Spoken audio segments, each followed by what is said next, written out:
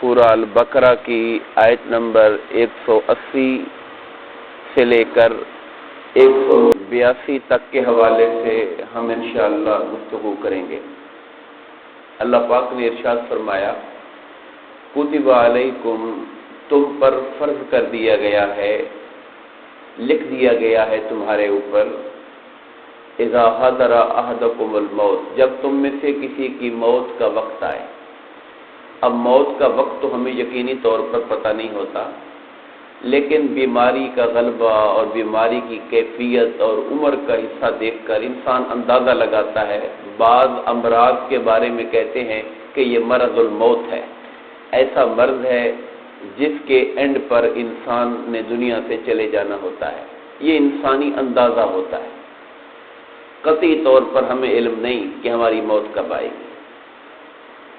میں جب کسی کی موت کا وقت آ جائے، ان تارا کا خیرہ، اگر وہ مال چھوڑ رہا ہے، یہاں قابل غور لفظ ہے، اللہ نے مال خود عربی کا لفظ ہے مگر اس کے لیے لفظ بولا خیرہ، اگر کوئی خیر چھوڑ جائے، یعنی اللہ نے مال کو بھی خیر قرار دیا۔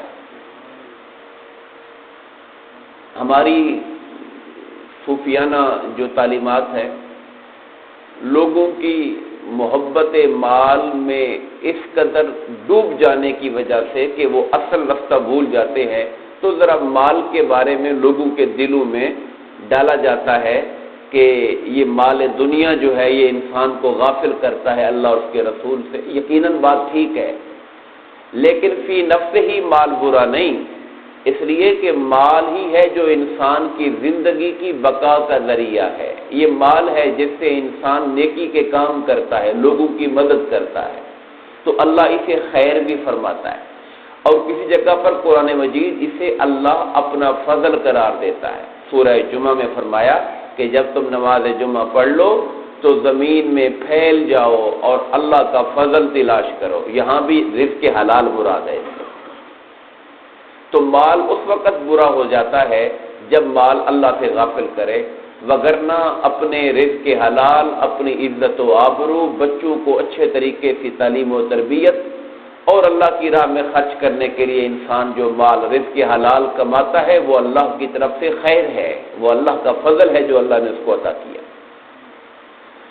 اگر وہ مال چھوڑ جائے تو اسے چاہیے کہ الوصیت للوالدین، وہ وصیت کرے اپنے ماں باپ کے لیے، والاقربین، اور قریبی رشتہ داروں کے لیے، بالمعروف، دستور کے مطابق، اچھے طریقے سے، حقاً علی المتقین، یہ لازم ہے پرہیزگاروں پر۔ اچھا، آپ سوچیں گے اللہ تعالیٰ نے وصیت کے حکم کو یہاں پر بڑے زور سے بیان کیا کہ اگر کسی کی موت کا وقت آ جائے اور مال ہو تو چاہیے کہ والدین، قریبی رشتہ داروں کے لیے وہ وصیت کرے۔ یہ متقین، حقاً علی المتقین، متقین پہ حق ہے، یہ لازم ہے۔ یہ ہمارے بعض علماء نے کہا کہ یہ آیت کریمہ جو ہے یہ اپنے حکم کے اعتبار سے منسوخ ہو گئی کن آیتوں سے؟ جب آیات وراثت نازل ہوئی۔ آیات وراثت میں اللہ تعالیٰ نے ماں باپ کا، بیوی کا، بچوں کا حق خود حصے متعین کر دیے۔ اب ہمیں ان کے لیے وصیت کرنے کی ضرورت نہیں ہے، بلکہ اب یہ قانون بن گیا کہ جو وارث ہے، جس کے حصے اللہ نے بنا دیے، ہم ان کے حق میں وصیت نہیں کریں گے، کیونکہ وہ تو حصے اللہ نے بنائے ہوئے ہیں۔ یہ اب ان کے لیے آیت کریمہ کا حکم ہے جو براہ راست شرعی طور پر وارثوں کے حصے میں نہیں آتے، اور ہم یہ چاہتے ہیں کہ یار ان کی مدد ہونی چاہیے، یا کوئی کار خیر ہے میرے نام سے شروع ہو جائے، کوئی صدقہ جاریہ ہے میں چاہتا ہوں کہ وہ شروع ہو جائے، تو اب وہ وصیت کر سکتا ہے، کرنی چاہیے اسے۔ یا بعض اوقات کچھ مال کی شکلیں ایسی ہوتی ہیں جو لوگوں کے سامنے نہیں ہوتی، تو اسے چاہیے کہ اپنی وصیت میں لکھ رکھے کہ فلاں فلاں چیز بھی میری ملکیت میں ہے اور فلاں فلاں کے استعمال میں ہے، یا فلاں فلاں جگہ رکھی ہوئی ہے، تاکہ اس کا مال لوگوں کے قبضے میں ضائع نہ ہو جائے۔ وصیت کا یہ مطلب بھی ہے۔ تو وصیت اب کہیں گے کس کو کہتے ہیں؟ اپنے مال کا مرنے کے بعد کیا استعمال کرنا ہے اس کے بارے میں جو آپ گائیڈ لائن دیتے ہیں اس کو وصیت کہتے ہیں۔ ایک تو وہ حصہ ہے جو شرعی طور پر ورثہ کو ملنا ہے، آپ کو نہ ان کو محروم کرنے کا حق ہے، آپ کہیں جی میرا فلانا بیٹا جو ہے وہ بڑا میرا نافرمان ہے، اسے میری میراث میں سے کچھ نہیں ملنا چاہیے۔ آپ اشتہار پڑھتے ہوں گے فلاں نے اپنے فلاں اولاد کو، بیٹے کو آگ کر دیا، آگ کر دیا اسے، اب یہ آپ نے بھلے آگ کر دیا لیکن جب آپ دنیا سے چلے گئے تو وہ آپ کے مال کا وارث بنے گا۔ بیٹا، اولاد یا رشتہ دار جو ورثہ ہے، معاذ اللہ استغفر اللہ، صرف اس وقت وارث نہیں بنتے جب وہ قاتل بن جائے اس شخص کے کہ جو مالدار تھا۔ یعنی کہ اب بیٹے نے معاذ اللہ باپ کو قتل کر دیا، اب بیٹا باپ کا وارث نہیں بن سکتا، شریعت نے یہاں منع کر دیا۔ اس لیے کہ اگر اس طرح کیا جائے گا تو کئی بدبخت ناہنجار مال کی طلب کے اندر مارنا شروع کر دیں گے کہ یار ماریں گے تو وارث بنیں گے، ایسے تو بابا جا ہی نہیں رہا دنیا سے۔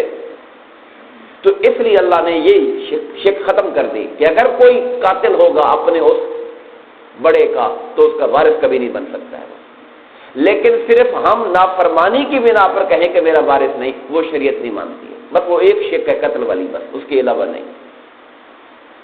اور اگر ہم غیر ورثاء کے اندر وصیت کی بات کرتے ہیں تو اس کے لیے شریعت نے کہا کہ آپ اپنی کل جائیداد میں سے صرف 1/3 وصیت کر سکتے ہیں کسی کام کے لیے۔ بھئی یہ مدرسہ بن رہا ہے، یہ میری جائیداد میں سے اتنے لاکھ اس کو دے دینا۔ اگر وہ آپ کا کل مال بالفرض 3 لاکھ روپے تھا، آپ 1 لاکھ کی وصیت کر سکتے ہیں، 1.25 لاکھ 1.5 لاکھ کی نہیں کر سکتے، کیونکہ اس سے اصل وارثوں کا حق مارا جائے گا۔ ہاں اصل وارث راضی ہوں کہ جی ہمیں اپنے حق دینے میں کوئی حرج نہیں ہے، آپ جتنا لگانا چاہیں لگا دیں، وارث راضی ہیں تو پھر کوئی مسئلہ نہیں۔ لیکن اگر وہ کہتے ہیں جی اللہ نے ہمارا جو حق بنا، ہم نے تو اپنا حق لینا ہی لینا ہے، تو پھر جو مالدار شخص تھا جو مر گیا اس کے ترکے میں سے صرف کل 1/3 مال کی وصیت قبول کی جائے گی، اس سے اوپر قبول نہیں کی جائے گی۔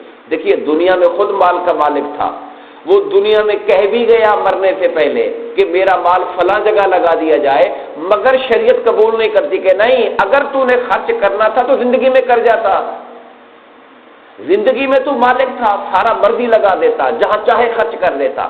اب مرنے کے بعد تم مالک نہیں رہے، اب وارث بن گئے ہیں تمہارے، اب تمہارا حق صرف اتنا ہے، کل جائیداد میں سے 1/3 حصہ کہیں وصیت کر سکتے ہو تو کر دو، اس سے زیادہ تم وصیت نہیں کر سکتے۔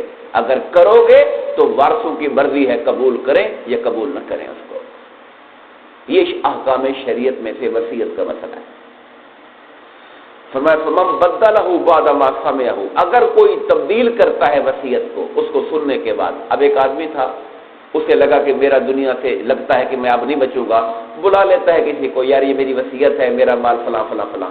اب وہ بندہ اکیلا بیٹھا تھا، اس نے بعد میں چینج کر دی وصیت، اس نے نہیں جی اس نے یوں کہا تھا ایسے کرنا، حالانکہ کہا اس نے ایسے نہیں تھا، تو فرمایا فَإِنَّمَا إِثْمُهُ عَلَى الَّذِينَ يُبَدِّلُونَهُ، تو گناہ اسی پہ ہوگا جو تبدیلی کریں گے وصیت میں، وہ بندہ گناہگار نہیں ہوگا۔ اب گناہگار وہی بندے ہیں جن کو کہا گیا تھا انہوں نے اس کے اندر تبدیلی کر دی۔ ان اللہ سمیع علیم، بے شک اللہ تعالیٰ تو ہر شے سن رہا ہے، وہ تو جانتا ہے سب کچھ کہ کس نے کیا کیا ہے، تو جو اصل مجرم ہے اللہ کی بارگاہ میں وہی کٹہرے میں کھڑا ہوگا۔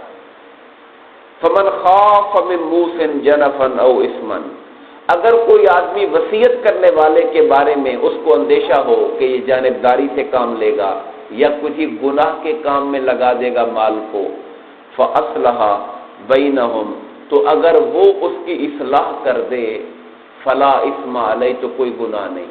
یعنی ایک بندہ تھا، وہ قریب المرگ تھا، اس نے چاہا کہ مال وراثت کر دوں، تو اس نے کسی بندے کے بارے میں، اپنا قریبی تھا، حق بنتا تھا اس کا، مگر ناراضگی تھی، وہ چاہتا تھا کہ اس کو نہیں ملنا چاہیے، بھلے حالانکہ مستحق تھا، وہ دور والوں کو دینا چاہتا ہے، تو اسے کوئی بندہ سمجھاتا ہے کہ یا نہیں یار یہ تمہارے قریبی ہیں، قریبیوں کو دینے کا اللہ نے زیادہ ثواب رکھا ہے، ان کا حق زیادہ ہے، وہ اللہ کی بارگاہ میں سوال کر سکتے ہیں، اسے سمجھانے میں کوئی حرج نہیں ہے، اسے آپ سمجھائیں کہ ایسے نہ کرو ایسے کرو، اس میں اللہ کہتا ہے کوئی حرج نہیں ہے۔ اگر اس کو آپ کو جانبداری کا خدشہ ہو یا یہ خدشہ ہو کہ بندہ کسی غلط کام میں پیسے دینے کی کوشش کر رہا ہے، آپ اس کو روکنے کی کوشش کرو، اس میں کوئی گناہ نہیں ہے۔ ان اللہ غفور الرحیم، بے شک اللہ تعالیٰ بہت بخشنے والا نہایت مہربان ہے۔ دعا فرمائیں اللہ تعالیٰ ہم سب کو تعلیمات دین کو سمجھنے اور اس پر عمل کرنے عطا فرمائے. آمین. وما علینا الا البلاغ.